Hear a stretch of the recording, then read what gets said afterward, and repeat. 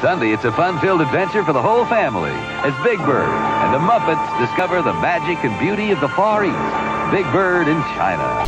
Today, I'm directing NASA to begin a search in all of our elementary and secondary schools and to choose as the first citizen passenger in the history of our space program, one of America's finest, a teacher. And liftoff of the 25th Space Shuttle mission, and it has cleared the tower.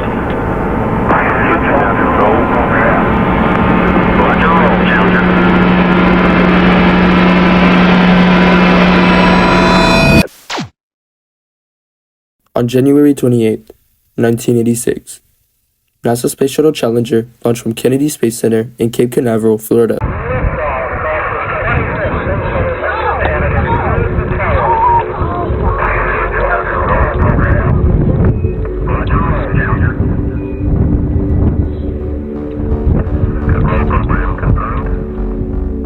Challenger flew for 73 seconds before tragically exploding, claiming the lives of all 7 astronauts on board.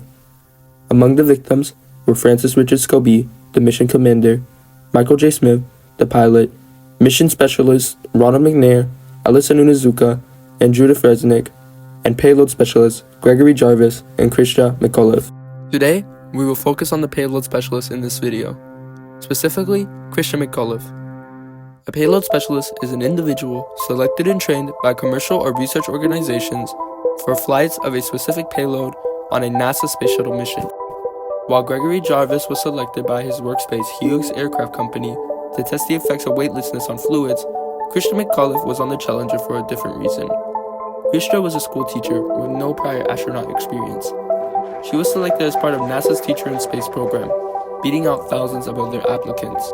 Krista McAuliffe wasn't the first or the only applicant considered. While searching for a payload specialist for the Challenger mission, NASA and its partners sifted through a diverse range of candidates. But who were these applicants who dodged the bullet? Let's find out.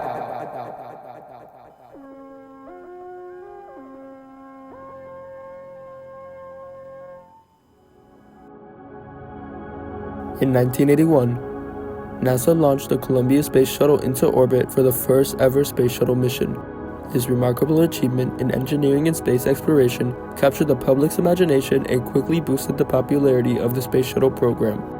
Due partly to the rise of this popularity, NASA concluded in early 1982 that carrying civilians who weren't already professional astronauts on space shuttle missions were part of the purpose of adding to the public's understanding of spaceflight. Soon after this conclusion was made, NASA officially developed the Space Flight Participation Program. This program's plan was to send civilians up to space in order to increase public awareness of NASA's space shuttle missions. The Space Flight Participation Program planned to send 2 to 3 shuttle missions per year. NASA first reached out to Carroll Spinney under this program. This was not due to Carroll Spinney himself, but due to the character he played, Big Bird. Carroll accepted the offer to go on the Challenger, but was soon brushed off as the Big Bird costume, which was 8'2", couldn't fit inside of the Challenger. Big Bird's teddy bear Radar was later proposed to go on the Challenger instead. Norman Stiles, head writer of Sesame Street, even created a storyline where Radar is asked by a Challenger astronaut to go up with them to help them sleep, but this plan was rejected by NASA. Had the Big Bird costume not have had the height issue, Carroll most likely would have gone aboard the Challenger, ending up a victim of the disaster and a reason of trauma for thousands, if not millions, of children as they watched one of their fan-favorite characters blow up in front of their eyes.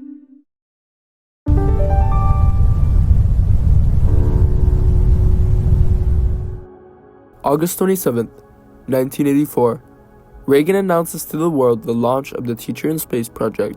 One area where those wonders and benefits is most apparent is space.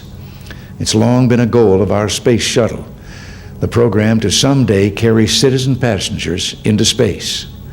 Until now, we hadn't decided who the first citizen passenger would be. But today I'm directing NASA to begin a search in all of our elementary and secondary schools and to choose as the first citizen passenger in the history of our space program, one of America's finest, a teacher. The goal of this project was to find an educator in the U.S. who could inspire students, honor teachers, and bring interest in STEM. NASA sent over 40,000 applications to interested teachers. In these applications, the teachers had to submit a potential lesson that they would teach in space. Out of the 40,000, 11,000 teachers ended up responding, completing and submitting the applications. NASA relied on the state education departments to sort through each applicant from their specific state. After this sorting process was completed, 114 applicants were sent to NASA, 2 from each state. These 114 applicants met up for a week-long interview process in Washington, where a national review panel determined a semi-finalist group of 10 applicants. On July 1st, 1985, the final applicants were announced.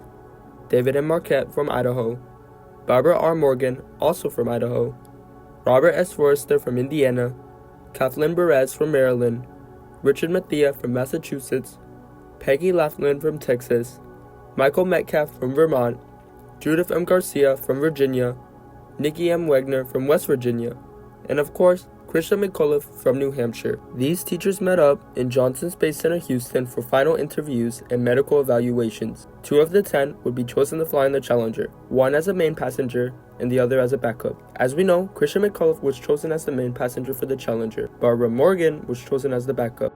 On the day the Challenger exploded, Barbara was there, watching from the crowd. Barbara's story is worth its own video, but after being second in hand to the Challenger and witnessing the death of Christian and the other astronauts, Barbara continued to work for NASA, becoming a full-on astronaut in 1998 and becoming the first teacher in space on STS-118 in 2007, 21 years after the Challenger disaster, and 21 years after Christian McAuliffe was supposed to be the first teacher in space.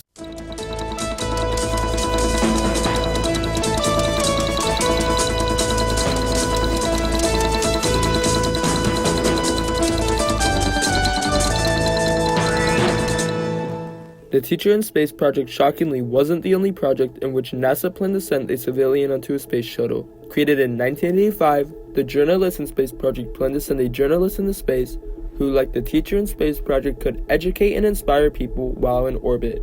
NASA had applications for this project open on December 1st, 1985. Applicants who applied had to be non-NASA employees and have 5 years or more of journalism experience. In total, around 5,000 applications were sent out, and 1,700 applications were completed and sent back to NASA. These applications would be reviewed by the Association of Schools of Journalism and Mass Communication, who weeded down the 1,700 applicants to 40 finalists. These final 40 applicants included big names such as famous CBS reporter Walter Cronkite and space reporter for NBC Jay Barbary, as well as smaller names and independent reporters. After they were chosen, the 40 candidates were to meet at a workshop and orientation event in which 5 finalists would be chosen. These 5 finalists were to also have further interviews, just like the Teacher in Space program, to decide the final payload specialist and backup. This finalist was planned to go aboard the Challenger on September 27, 1986, 8 months after Christian McAuliffe was supposed to go up. However, due to the Challenger disaster, the finalist was never chosen and the project was ultimately canceled.